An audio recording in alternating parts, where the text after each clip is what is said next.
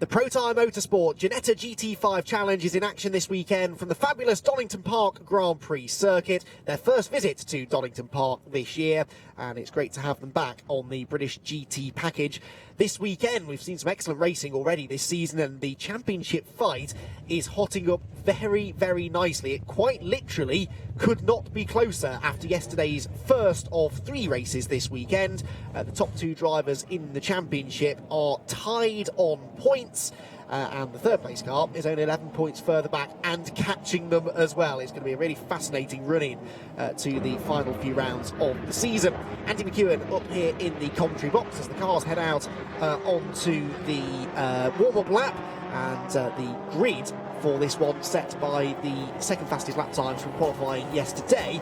And therefore it has a slightly different look to it than the actual race result from yesterday. It was a race that was won by Josh Malin. Gordy Much was second and Johnny Wilkinson was third. Johnny Wilkinson is, though, as you can see, who has the pole position today with Gordy Much alongside him, and Josh Malin has a little more work to do again because he's not even third on the grid. It is James Taylor who lines up third, and alongside him on the second row is Josh Malin, who's been doing a lot of winning this year, more race wins than anybody else, but he had some penalties at Alton Park earlier this year which have put him back in the championship.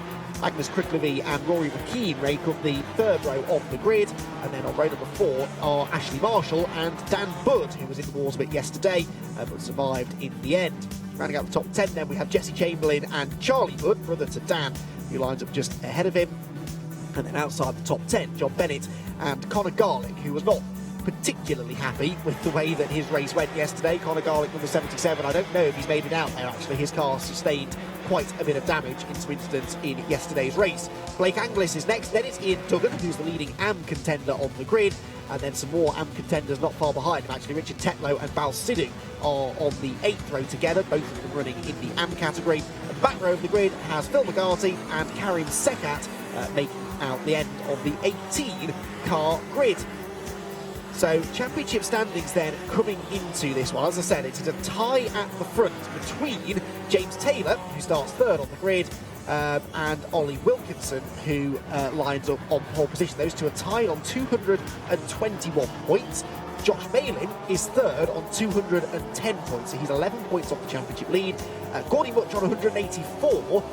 Gordy has yet to win a race this year, and that is a bit of a surprise, really. Second year driver in the championship, as in fairness of the others that he's racing for the championship with. But Gordy Much, he's had a few podiums, he's had a few top 5 finishes. He finished second in yesterday's race, and Gordy will line up for this one on the outside of the front row of the grid. So he, in a way, is the one that really has to try and make up some ground. The white, blue and orange number 48 car you can see there just lining up on the second place on the grid. But alongside him is Johnny Wilkinson, joint championship leader, and he will be looking to accelerate off the line from pole position and hopefully hold on to the lead into turn number 1. The race yesterday was very close, though, it has to be said. The top 3 cars covered by 3/4 of a second, with James Taylor only a further half a second back in 4th. Those 4 have been very evenly matched all year long. It's a season that's seen them race not only on the British GT package, but also extensively on the British Touring car package as well. So it's they're getting some great exposure on the teams and drivers in the Protyre Motorsport Ginetta GT5 Challenge. And for the second time this weekend, they're about to go racing on the Donington Park Grand Prix circuit. Who gets the jump from pole position? That is the first question. Johnny Wilkinson or Gordy Much? Or will it be another good start for Josh Malin, as we saw yesterday from row number 2? He had to do some overtaking in that race to get to the front, but he did get to the front by the end of lap 1 and was able to hang on to the victory. Rev starting to rise, then getting ready to go racing here. Race number 2 of the weekend from Donington Park, the Protyre Motorsport Ginetta GT5 Challenge. Lights out, away they go. It's a good start made by Gordy Much from the outside of row 1. A terrible start is made by Johnny Wilkinson. The pole sitter is down to 4th, 5th, maybe even 6th place by the time they get to the first corner. Much gets the lead. Malin is up alongside James Taylor for 2nd place. Taylor will hang on the inside line into Redgate Corner, and off towards the tail end of the field goes the number 16 car of Bal Sidhu, one of the leading AM contenders, sadly, in the gravel, but looks as though he's going to be able to dig his way out from there. So Johnny Wilkinson did not get a good start from pole position. He's dropped down to 4th place, which actually was a decent salvage job on the inside there. An aggressive move made by John Bennett into the old hairpin, gets himself ahead of the 47 car of Daniel Budd, who now finds himself rather slow on the exit of the corner. Charlie, his brother, moves up alongside in the 44 car, and then there's a whole host of others trying to join in the fun behind as well. At the head of the field, though, Gordy Much looks as though he's starting to pull away in the lead of the race, getting away then from the scrapping cars behind, and up the inside, look, Johnny Wilkinson back ahead of Josh Malin. This wasn't in the script. Rory McKean is there too, and who's that behind them? I think that might be Magnus Krickleby. Yes, it is, the 66, who's also tagging along with them. So Josh Malin then, not having quite such a good start to this one. Big lock up there, and off the road goes the second place man. That's James Taylor off the road into the chicane, and he bounces his way back on. There's contact with Josh Malin. Malin was trying to overtake Johnny Wilkinson and ended up turning straight across the path of the recovering 64 car, and round the outside of everyone goes Rory McKean from 5th place to nearly 2nd, gets eased out wide by Wilkinson. They both are slow on the exit, and Josh Malin pulls alongside them. We might get one of them back here. I don't think he's going to get past Johnny Wilkinson. Can he get 3rd place away from McKean? McKean is late on the brakes. He's got the inside line and will hang on in the SVG Motorsport car to 3rd position. Well, that was a very physical start to the race. Taylor then off the road, the joint championship leader. Both of the joint championship leaders having slightly difficult first laps. It's all played beautifully into the hands of Gordy Much, 4th in the championship. He was the one I said at the start of the race really needed to try and win some races, and he's on course to do that at the moment. Side by side there as Josh Malin gets back up the inside of Rory McKean, so he's back into a podium place now, is the number 90 car, which hopefully didn't sustain any damage from the little bump that it had with James Taylor.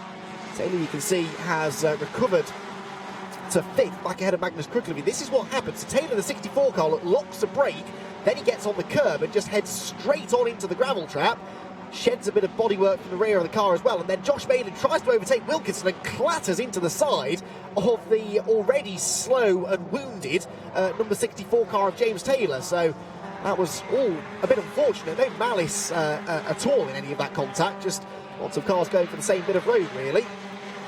So as the race maybe starts to calm down at the front of the field, still battling going on behind. There is the lead, the 2nd place car then, Johnny Wilkinson. 3rd place McKean, 4th Malin, 5th is Taylor, 6th Krickleby. Then this battle going on behind is Charlie Budd there, trying to defend from Ashley Marshall in the green and white number 29 car, black, green and white number 29 car. And then the other Budd, Daniel Budd, right behind them. James Taylor at the inside of McKean for 4th position, so we've now got the top 4 drivers in the championship running in the top 4 places again. But Gordy Much can see the lead he's got. Now, at the start of the lap, Gordy Much was 2.42 seconds ahead, and there is a slow car, and that is 56, was that? Possibly? No, 66. Magnus Krickleby, I think, is pulling over, and that's a real shame. He was running in 6th position, and yeah, Krickleby is dropping down the timing screen. Not immediately obvious what the problem was. I thought maybe from the first angle I had that the right rear corner was damaged, but there's no bodywork damage to that part of the car. Either way, Krickleby out of the race. Right, back to the point I was making about the lead gap. It did come down. 2.2 seconds is now the margin. 2.25 seconds, almost exactly, between Gordy Much and Johnny Wilkinson. Wilkinson sets the fastest lap of the race. And the fastest first sector of anybody on the following lap as well, so definitely going after him. And then the fight for 3rd place between Josh Malin, James Taylor and Rory McKean is maybe just leading those 3 drivers to hold each other up a bit, because they're dropping away. Malin is sideways out of McLean's, and this is Taylor's chance to get up the inside, gets a good run towards Coppice Corner, and despite that rear bodywork damage he's sustained from running through the gravel trap, James Taylor is still looking quick here, moves ahead of yesterday's winner, back into a podium place. James Taylor then, driver of the number 64 car, works his way down into the S's towards the end of the lap and accelerates back down onto the Melbourne Loop. James doing very well in the championship this year, 2 race victories. He's only been off the podium once, and that was at Donington Park, a race in which he had contact with Josh Malin, and that's where Josh Malin's penalty came from. Malin won on the road, but was later given a penalty, only scored a single point from that race, and James Taylor has been able to recover a little bit quicker from that particular incident. 18-year-old James Taylor from Rotherham, and he has extensive karting experience and also took part in the Ginetta Junior Scholarship, which of course takes place in these cars, the Ginetta G40s, but they're restricted by top speed. They've got on slightly different tyres as well, I think, in the Ginetta Junior Championship. G4, the GT5 Challenge is the quickest race series out there for this sort of entry-level G40 chassis. and it's a chassis that always produces really, really close racing, as we're seeing here. Big groups of cars all using the slipstream to race each other. Had a change there, haven't we? Ashley Marshall's now ahead of Charlie Budd. He's still keeping his brother Daniel at bay. Daniel has had a slightly better season than his brother Charlie so far this year, but they've both, in their second year now of GT5 Challenge competition, they've both had a few trials and tribulations along the way. Both of them very quick drivers, though, in other one-make categories, minis, for example. In the past, they've raced in classic minis, though, and the racing there is very, very tough indeed. And both of the Budd brothers have had quite a lot of success in that category. It was kind of expected that they would be able to translate that into the GT5 Challenge. They've had the pace, but just a little bit accident prone maybe, and Dan Budd there makes a little mistake himself coming out of Coppice corner. Josh Malin not letting James Taylor get away here at the front of the field. Johnny Wilkinson, by the way, did set a new fastest lap again last time round, but he's only fractionally quicker, only about 6 100ths, 5 100ths actually quicker than race leader Gordy Much. So the lead gap is not coming down that quickly, but what Wilkinson is doing is getting away from these two, James Taylor and Josh Malin. So, as things stand then, obviously Gordy Much is going to take some points out of the top 3, but the championship lead would go to Johnny Wilkinson. He would have the championship lead back all to himself again. And that's if he finishes ahead of James Taylor, which is looking increasingly likely because it was another 4 tenths quicker than Taylor that time, and actually was 2.5 tenths quicker than the leader. So the lead gap is under 2 seconds now, but we are halfway through the race, so Johnny Wilkinson will have to put his foot down here if he's going to catch Gordy Much ahead of him. Not the new fastest lap though for Wilkinson, so he definitely is the pace setter out there. He ruined the fact that he didn't get a good start from pole position.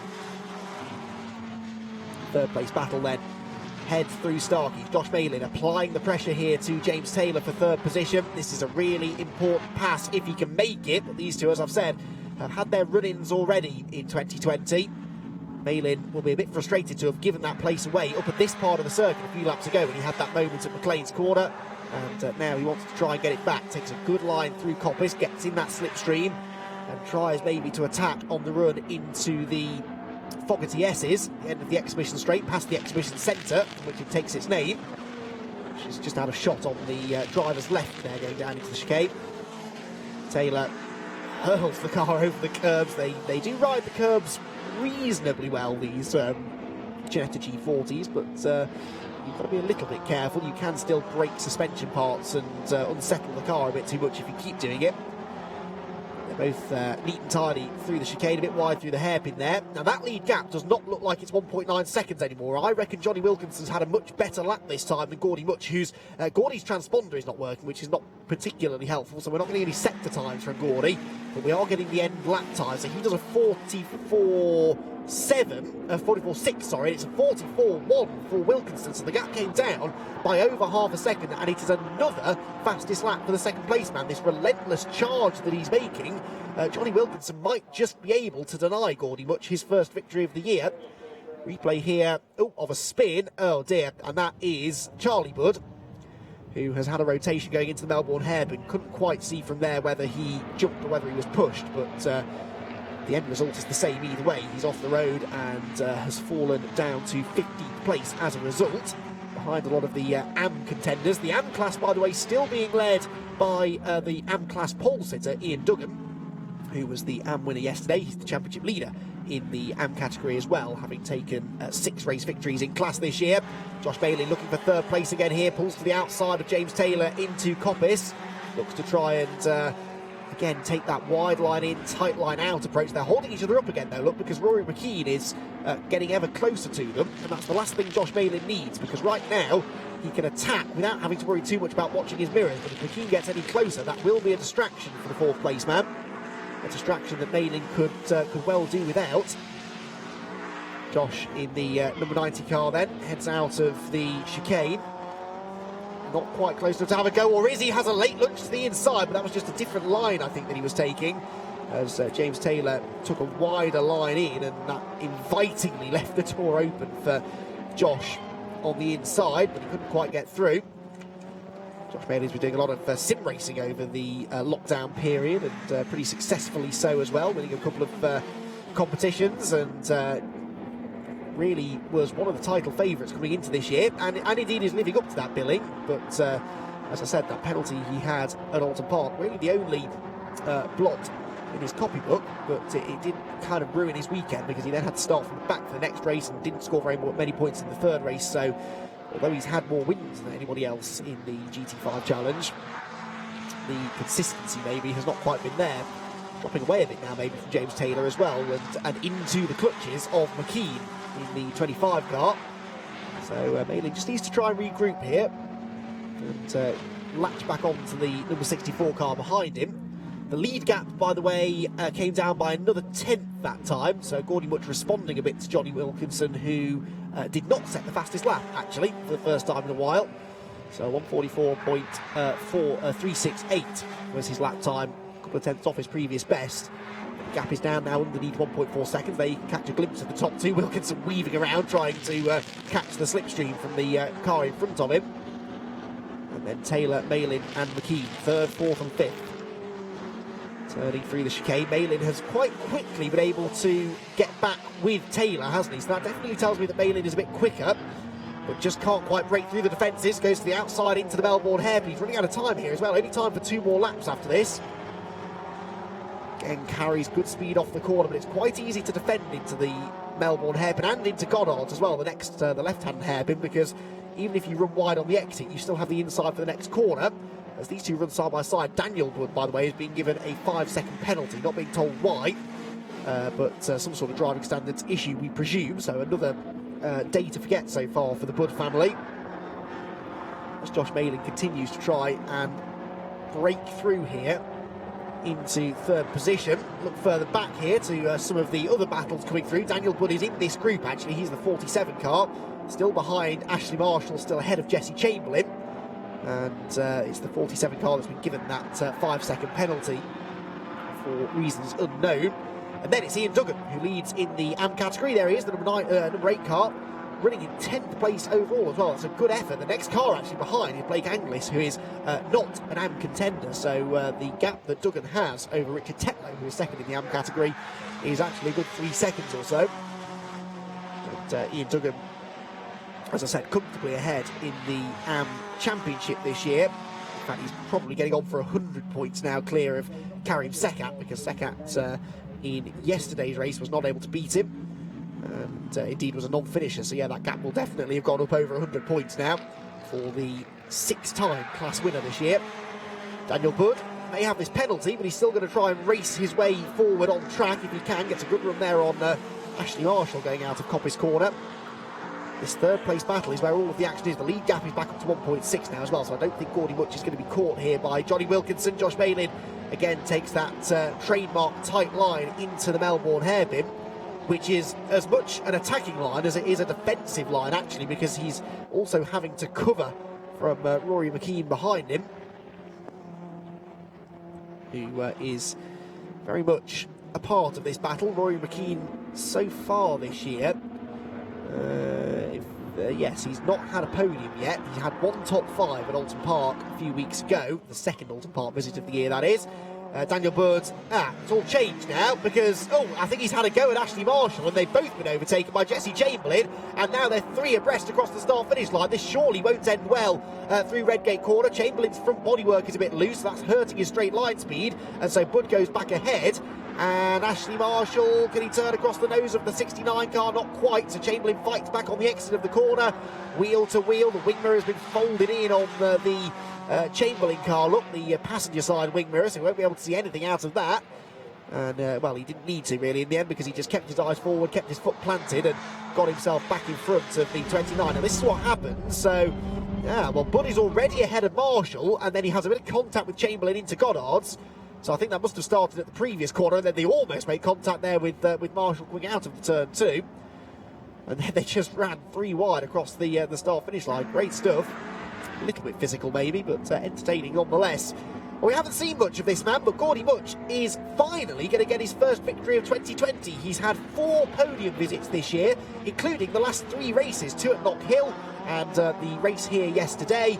But at long last, Gordy Much is going to get that first win of the year. He is a former race winner in the category from 2019, but now he is leading away and looking odds-on favourite to take the race victory here in race number 2 for the Protyre Motorsport Ginetta GT5 Challenge at Donington Park. Finally, Gordy Much does it, and that is a really important victory for his championship hopes as well. Johnny Wilkinson comes home second. It looks as though James Taylor will hang on to third place just about, with Josh Malin fourth and Rory McKean dropping back in fifth at the end. Sixth place, another driver we didn't really get much time to talk about, but it was a good drive for John Bennett from 11th on the grid. Then it will be Daniel Budd, I think 7th ahead of Chamberlain and Marshall, and Ian Duggan here is going to come home inside the top 10 overall to take yet another AM category victory, his 7th win of the year in the AM class, and the championship is now looking more and more like a formality for the number 8 driver. He crosses the line to win the AM class with Richard Tetlow second and Phil McGarty rounding out the AM podium.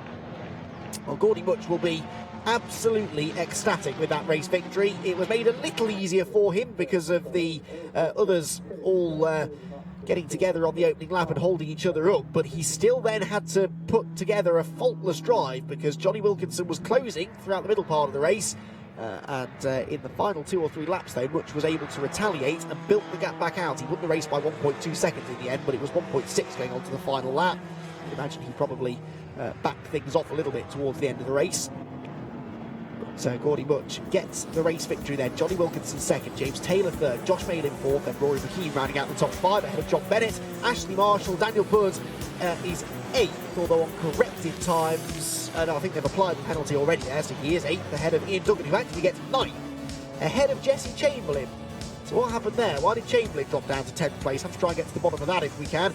Blake Anglis was 11th and Richard Tetlow 12th, second in the AM category. Phil McGarty was 13th and third in AM, ahead of Charlie Budd after his spin, and Karim Sekka having a disappointing weekend here at Donington Park after a non-finish yesterday. Balsidou was 16th and Magnus Kruklevi we saw pulling off in the early stages at the back entry to the pit lane.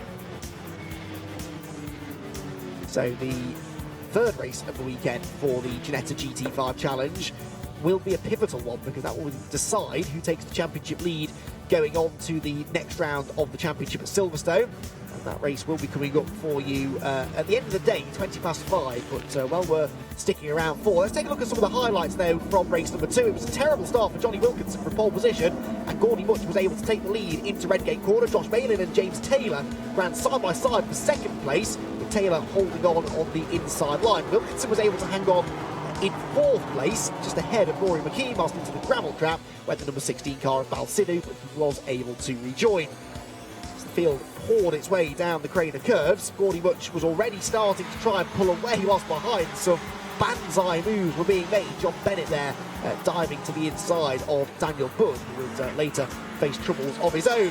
James Taylor, at the end of lap 1, made a mistake, ran wide at the chicane, and as he rejoined, was tagged for good measure by Josh Malin. All of this allowed Johnny Wilkinson to get back through into second position, and after a bit of defensive driving from a very ambitious Rory McKean, who tried to go around the outside at the Melbourne hairpin.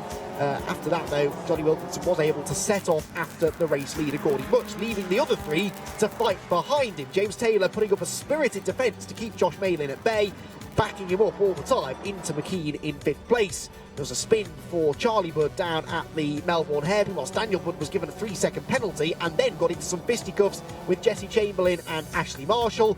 And this, I presume, is what happened to Chamberlain on the final lap. Yet Marshall at the inside into McLean's, Chamberlain out onto the gravel. And did he spin? No, he saved it, but very much delayed by bouncing over the gravel. Gordy Much then gets his first victory of 2020 in the Protyre Motorsport Ginetta GT5 Challenge to close the gap on the leading 3 in the championship, whilst Wilkinson in second place will have the championship lead going into race number 3, which you can catch live here later on this afternoon.